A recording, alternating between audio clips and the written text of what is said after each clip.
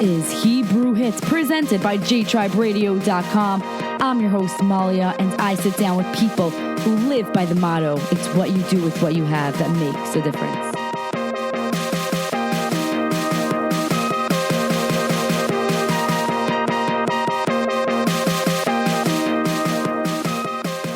You're listening to the voice of J-Tribe Radio. My name is Malia, and I am so excited to welcome Shlomo Levinger to the show. He's on the phone with me. He is the one, the only Jewish magician. How you doing today? I'm doing amazing. How are you? I'm good. How's it going with the coronavirus that's going on?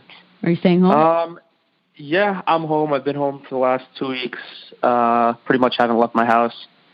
Just to get some groceries, but that's about it. Yeah, it's pretty crazy. Just entire schedule is totally different. A lot more time at home, a lot more time to be able to focus on creating magic instead of performing because there's not that many shows right now. I'm doing a lot of Instagram Live and Zoom shows, so those are fun, but they're just not the same as a live show. So those are great, but I would love to get back to performing. Yeah, it's probably where you feel the best, right, when you're performing and doing your magic? Yeah, it's awesome. It's exciting, and the Zoom shows are great, but it's not the same feel. I see on your Instagram it says that you did an ABC TV, like we could see you on ABC TV. What is that about? Yeah, so last year I helped a friend out with a proposal. I helped him propose, and the whole thing was filmed, and I put it on YouTube with his permission, obviously, and ABC, I guess, saw it on my YouTube channel, and they sent me an email. They asked me if they can air the proposal, the magical proposal. And so I asked my friend if he was okay with it. He said he was fine. It was fine. And then they took the footage and they aired it on a show called Right This Minute, which is on ABC, and they talked about it. And yeah, it was really cool. Any publicity is good publicity, but this especially was pretty cool because it aired all over the entire country. So that was pretty crazy. So cool. When they first emailed you, did you think it was like really ABC, or you were questionable? How did you react? Yeah, so I was a little confused at first, and I looked at the email, and I was right away. I got super excited because I was like, whoa, this is crazy. Like what? Like how? And then I just had to do a little bit of research. Because I just wanted to make sure that everything was legit. And yeah, so I basically gave them permission to use the footage, and I kept the rights. I own the rights to the footage. After that, I had a couple other media outlets reach out to me. So there was a company, a media company who helped me with the rights. Well, right now they own the rights for the next, I think, couple months now, but they basically gave it out to a lot of other media outlets. So people.com wrote an article on it, and a couple other big websites picked it up, and yeah, it got a lot of proposal video. It's all the same video? Yeah, it's the same video, and they people.com actually put it on their Facebook page, which has like over 1 million followers, and it got like millions of views, which is pretty cool. And even the one on my YouTube channel has 20,000 views, which is my most viewed video. So if you want to go check out my YouTube channel, I have tons of family-friendly magic videos that you guys can check out, which is pretty cool. I'm going to link it in the description. I'm going to link your YouTube channel, definitely. It's just meant for family fun. It's great. That's awesome. So how did you get started with magic? Like, how old were you? What's the background? So I started magic when I was 14 years old. I'm 22 now, so almost 23, but I started about 8 years ago, and I was in 9th grade at the time. I happened to have seen a video on YouTube of a magician performing, and it was something. It wasn't, because when I was a kid, the way everyone pictures magicians is like, this guy who comes to the birthday parties with like a top hat. And this guy was like super cool. He was like a regular dude, and he did something. He did it. I think it was a card trick that was like impossible to me, and I was like, I got to know how this was done. So I did a little more research and started getting into it, and and And from there, there's a lot of people who get into magic like for like a week and then drop it. I just kept doing it. So yeah, here I am. Awesome. And that's like you feel like that's what you're born for. Like that's what you want to do, right? That's like your goal. So yeah, from a young age, I was always into like, I guess, performing. Not really. I was never like that super loud kid. But I don't know, when I was younger, I was able to do like a headstand and like juggle a little bit, like some clubs and stuff and different stuff like that.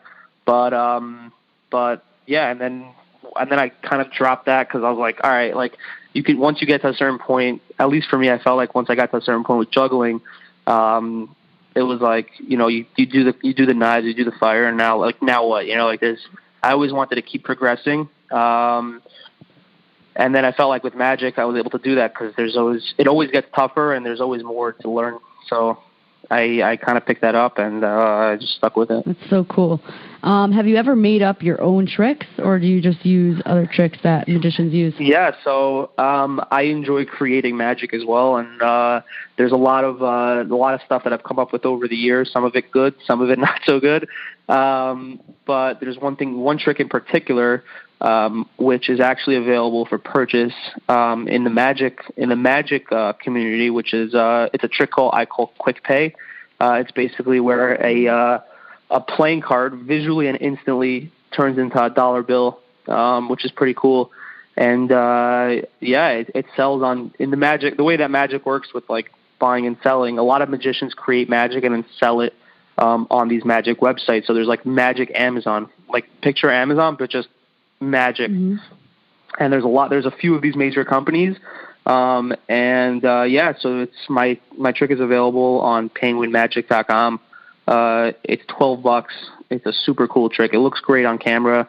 You can for sure do it live. It looks great live too. No, that's really cool. I have a question though. Like, it seems like you don't even have to work, because if you could take playing cards and turn them into money, then that's really cool. I wish it was real. Obviously, all magic is just either sleight of hand, illusion, or misdirection, or all three.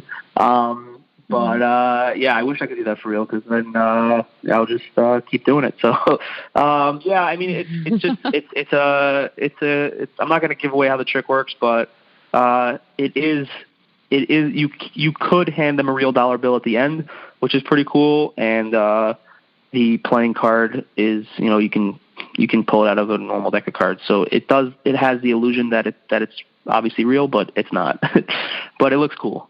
So that's cool. So in your trick that people could buy, they could learn how to do this specific trick? Yeah, exactly. So basically, if you go on penguinmagic.com, you can see the trailer. I put together a trailer for the trick where you see me performing it out in the street. And then when you purchase the trick, you're buying it for this trick, at least you're buying a download, which is, once you purchase it, you download the trick onto your computer and then, or your phone, and you can watch, it's a whole explanation. It's a 25 to 30 minute, video of me teaching you how to build the trick, number one, and then number two, how to perform it. So you get everything when you buy it. So it doesn't come with the playing card. Right? It's just visual video. I teach you how to build the gimmick, the gimmick is like the prop. There's a prop that you need, and I teach you how to make it. So it's pretty cool. That is so cool that you came up with your own trick. Oh my gosh. Yeah, that's awesome. It's fun. That's so cool. That's really cool. What's your favorite aspect of being a magician? My favorite aspect of being a magician, I would have to say, is being able to, number one, let people be entertained. And I know entertainment's huge because it makes people happy, and people love watching good entertainment. People love going to great concerts, seeing good shows. And I think my show is a prime example of that, because people seem to be really entertained by it, and it puts a smile on people's faces. And the reactions that you get from magic are like nothing else. From comedy, you'll get a laugh, or you'll get from a song, you get a round of applause. But magic is just, the reactions are something that you just don't normally see. Yeah, and everyone reacts differently. Some people are more, they react. They're louder, so that's always fun when you get people who have these crazy reactions. But yeah, the reactions that I get to magic are just, it's something different, and it's something special. awesome. When you perform, do you go to people's houses or, let's say, nursing homes, or you have a stage where people come to you? So generally, I do mostly private events. So if someone has a birthday party in a restaurant, they'll bring me to the restaurant, and I'll go there and I'll perform a show, or I'll do close up where I go table to table and I walk around, and it's two separate things. I mean, I do a lot of Sheva Brachos. I do a lot of that, which is super popular now, to have entertainment at Sheva Brachos, which I think is really cool. Mm-hmm. And those are some of my favorite shows. In the summers, I do a lot of camps. So a lot of camps will have a stage. So that's a stage show, but I'm coming to them. I once in a while have shows where people are paying to come see me, which is pretty cool. But more often it's me being hired out to parties or events and different things to perform. In your future, goal, what you're thinking, do you ever envision having a show, let's say Penn and Teller, Sure. People, is that what you want, or you like going to private events and that's what you see in the future? So there's pros and cons to both. I think that with private events, it's much more personal in a way, because you can interact with each and every person that's at the event, or as many as you can get to at least. Is with a stage show or something that people are paying for every night. There's less of that, I think. I mean, a stage show, that would be great. I mean, I don't know. I never really thought about it, but I mean, I would be okay with that. I mean, I can't tell you exactly, how things are going to go down the line in terms of my life, but right. I mean, I never really thought about it, so that is a good question. And I would say that I would just have to wait and see and take it day by day. Right, because I would think it would be a very, a stability for you. I don't think there's a full magician who has that or ever had that. I've never seen anybody who has a full stage show that people come to and pay for every single night. I've never seen that, and I think it happens to be that a lot of money is made on weekends with these types of shows, and obviously that wouldn't be an option for me. So I don't know if it's even a possibility, but if it is, I would for sure be open to it, I think. So Shlomo, what is your favorite trick you have ever performed? My favorite trick I've ever performed? That's a great question. I think that my favorite trick has to be one of two things. There's a trick in my show where I make an object appear in an impossible location, and that to me is super cool because it's really impossible, and that gets some really, really great reactions. And then my second option is actually a close-up option. I do this trick close-up a lot, and it's one of the more popular magic tricks on the market, and it's something that people always ask me about, and it's I'll draw something on my hand, take it off my hand, and then make it appear on someone else's hand, which is pretty crazy. How do you do that? I don't go near them. I don't touch them, so it's really impossible, and that's one of my favorites, and I think that's actually probably one of the things that there's a lot of magicians who perform it just because it's such a good trick, and I enjoy doing it, so that's probably one of my favorites. Hold on, so you don't ever touch this person?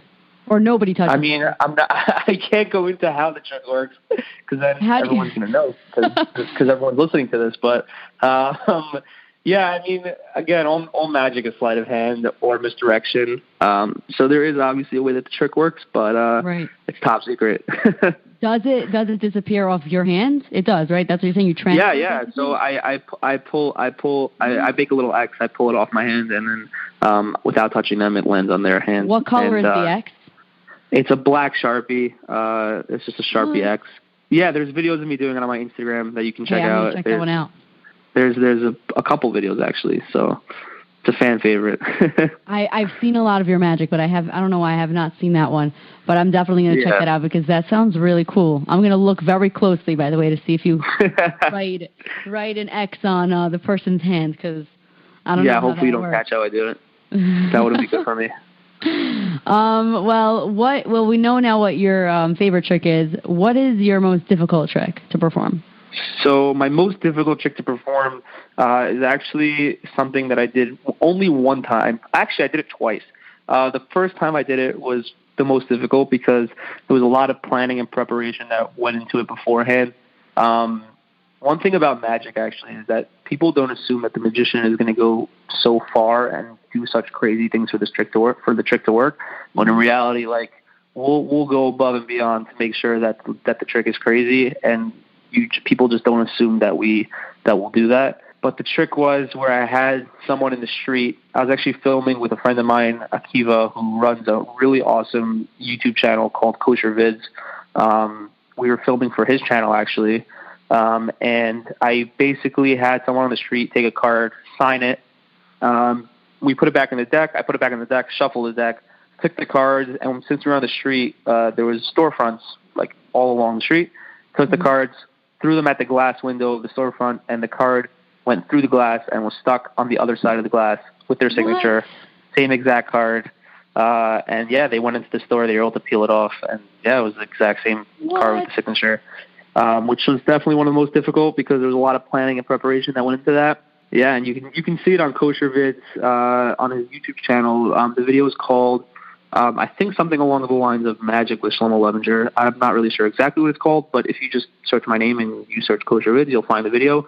It's a really awesome video with a message that's actually like, don't give up just because there's failures. Don't give up because eventually, hopefully, it will pan out. And the video is basically me going over to people and asking them if they want to see magic, and a lot of people saying no at first, and then eventually we got people to say yes, and then we were able to show them some awesome magic. So that was a fun video. So that card that had the signature on it, that always stayed in your hands until it was behind the glass, the other side? Yeah, I mean, again, so like the method to the trick was super cool. Was insane. There was a lot that went into it, and again, I don't want to say too much, but I could definitely tell you that there were other factors involved in this trick that people would, if I told you how the trick would work or how the trick worked, you would tell me I'm crazy, and you would tell me that you went way out of your way and way too far to make the trick work. But at the end of the day, it worked, and it looked really cool, and I was really happy with it. So you're saying like it took a very long time to prep, or you just did crazy things out of your way to? Yeah, no. So the method to the trick was just something like totally out of the box, and like it wasn't something that I was easily able to pull off. It was a lot of misdirection and a lot of making sure they didn't see how the card got to the other side of the glass. That was pretty much, yeah. Wow. So you're talking about preparation. In general, how long does it take you to prep for a show that you do? So there's two different preps. There's prep for like the actual show, and then once I get there, there's prep for setting up. So prep for the show to set up all the magic and make sure that all the magic in the show actually works. Usually takes me about 20 to 25 minutes to prep, which is pretty quick actually. It's not bad. And then I like to get to the show an hour early just to make sure that everything works, the sound works, sound check, and all that, and the magic is still intact. And I usually like to get there an hour early. I'm usually ready to go. It usually takes me 15 to 20 minutes to be ready to go. So I can technically get there a half hour. But yeah, it's a pretty quick setup. Everything fits in my car, and it's super easy to get around with.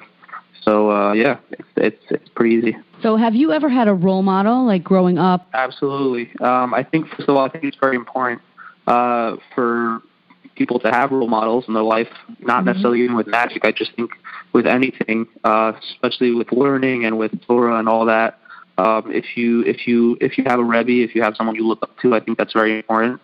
Somebody you can always ask questions to.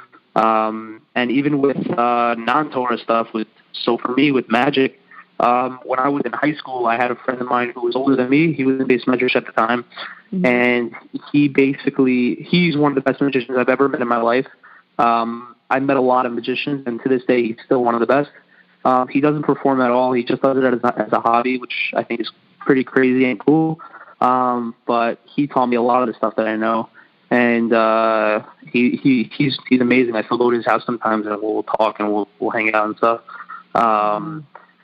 And then as far as magicians go that you guys might have heard of, there's obviously David Blaine. I love his style because David Blaine has a lot of street magic specials that air on TV, and He's pretty much the first one to start street magic, which is one of my things. So I like his style and his performance style. So David Blaine, Mr. Sure one. Then there's 2 or 3 others. I would say that I really kind of took their styles of performing and made it my own. So they're the ones who I initially watched, and I was like, all right, this guy, I like the way he performs. And I kind of tried at first to copy that, but you can't fully copy someone. So I adapted some of their personality into my own show, but it's like a mixture of like a couple different magicians all combined. So there's one guy, his name is Justin Willman. He has a show on Netflix now called Magic for Humans. But when I first watched him, it was like 8 years ago. He didn't really have anything, but I just really liked him and the way he performed. And then there's another guy, Justin Flom, who also he's been on TV a ton since I've seen him since I saw him the first time. But I just like his cool personality, and I look up to the way he performs. So those are a couple people. Your friend that you said who taught you everything, do you ever have him as like a guest with you? Not at all, actually. Like, I don't. He's like behind the scenes completely. Like, I've never had him in a video. I've never performed with him. But he's totally behind the scenes. Anytime I have a question or I need to ask him something, I'll call him up, and he knows everything. So he'll help me out with literally everything. Like, he taught me so much over the years. So yeah, he's totally behind the scenes, but he's been helping me out. So that's good. That's awesome. I have one last question for you. How was it getting started on street magic? Was it like, did you get nervous walking up to people? That's an unbelievable question. That's probably, that's a great question. Thank you. Yeah, thank you for asking that, because a lot of people don't realize, they just assume that you can just walk up to people and perform for them in the street. At first, it was really nerve-wracking, and I wasn't good at it at all. And I every time I went out, it took me so long to film a video, because I'm like, no, not those people. And like finally, it took me like a few tries to go up to people. Now it's quick. I would like to say that I feel comfortable going up to anybody. I can go up to literally anybody and show them something, as long as it's in the right opportunity. If someone's busy or someone's doing something, you don't want to bother them, obviously, because they're in the middle of doing something. Right. But if you see people just hanging out and chilling and eating, just whatever, relaxing, I would totally go up to anybody at this point. And that's a build-up, because that just took time after time of going out and filming and going out and showing people magic. And it's fun to go out, actually. It's fun to go show people magic in the street. You can go out on a Sunday and just go to the city and just go to a park and just mess with people. And it's just a ton of fun for me as well. And then you get good footage, and then you can post it up online and see how people react. People enjoy it as well. So, that's a really good question, because at first it's really tough. And I would say to anybody who wants to do it or is looking into doing it, you just got to build up your confidence by doing it over and over. I think the most important thing, especially for performing, and it's the same thing on a stage. Like, at first, super nervous, but now I'm really comfortable with it. I think there's no shortcuts. Like, there's no easy way to be a good performer. I think the only way to become a good performer is by doing it over and over and over and over. And being comfortable in different situations, new situations. Right. I would say that was a really good question, and I think that's very important for people to realize. Me personally, if I get out of my comfort zone and I accomplish something I wanted to do that was not in my comfort zone, I feel so much better, and I'm like, wow, I feel like amazing. So my grandmother gave me a lesson. She goes, it's good to dream, but it's better to live. So in your case, like, a lot of people want to be magicians, but they're scared, like, to go up to somebody. But the same thing, you were nervous, and it took building up that confidence and building up the strength, to go up to people, and you did it. And now look at you, like, you have like a whole fan base. It's really cool. Yeah, it's weird to think about, but I guess that's true. I've built up over the years through social media and all that stuff. Pretty cool. Pretty cool people who have reached out to me and had me perform for them, and it's just good opportunities, and I enjoy doing it, and I like putting smiles on people's faces. Well, thank you so much for being here with me today. I'm very happy to have you here. And anything else that you want to say? Everyone should go. I'm gonna plug myself. Everyone go check out my Instagram at Shlomo Levinger. There's some really cool stuff on there. My YouTube, again, just Shlomo Levinger. And then there's a couple other, there's any other social media. I'm most active on Instagram and on YouTube. And if you want to book me for a show, my email is in my Instagram bio, so you can check it out there. TikTok is big now, so I just started that. We'll see how that goes, but jumped on that. If you want to go hit me up over there, be my guest. And thank you for having me. I'm going to put all of yes, of course. Thank you for being on the show. I'm going to put all of that information in the description below. Amazing. Thank you so much.